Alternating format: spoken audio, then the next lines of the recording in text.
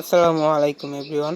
আমরা এবার আমাদের ফার্মে যে 1800 সোনালী মুরগির বাচ্চা বাণিজ্যিকভাবে উৎপাদন করতেছে, সেই মুরগিগুলো আজকে আমরা এখান থেকে অল্প কিছু সেল দিয়ে দিব। এই মুরগিগুলো সেল দেওয়ার কারণ হলো যে আমাদের অনেক মুরগি ছোট বড় হয়ে গিয়েছে। তো আমরা আমাদের এলাকার মাধ্যমে ডিলারের মাধ্যমে এই মুরগিগুলো ঢাকা বেচার চেষ্টা করতেছি।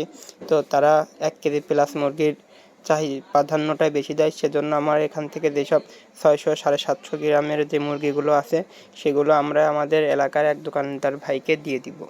তো সেজন্য আমরা এখান থেকে কম বেশি মুরগি সেল দিয়ে দেবো, যাতে করে পরবর্তীতে যে মুরগিগুলো থাকবে সেগুলোর গ্রোথে আর কোনো সমস্যা না হয়। তো যে সময় আমাদের মুরগির গ্রোথটা এসেছিলো সেই সময় হঠাৎ করে রক্ত আমাশা হওয়ার কারণে আমাদের এই মুরগিগুলোর গ্রোথে অনেকটাই বিলম্ব হয়ে গিয়েছে। তো আলহামদুলিল্লাহ, এখান থেকে আমরা যে মুরগিগুলো বিক্রি করে দিব সেই মুরগি নেওয়ার জন্য আমাদের এলাকার ডিলারের যে গাড়িটা সেটা চলে এসেছে।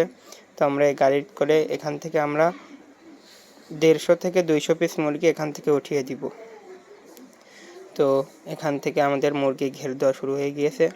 তো এখান থেকে আমরা যেসব ছোট বড় মুরগিগুলো আছে সব মিক্স করে নিতে চাইলো, তো তার সে মুরগি দেখে খুবই পছন্দ হয়েছে, সেজন্য এখান থেকে সে অনেক বড় বড় মুরগিও ধরে নিয়ে গেছে। তো টোটাল সে আমাদের কাছ থেকে এখান থেকে মুরগি এনেছে 200 পিস। তো মুরগির ওজন মাশাআল্লাহ খুবই ভালো একটি ওজন এসেছিলো।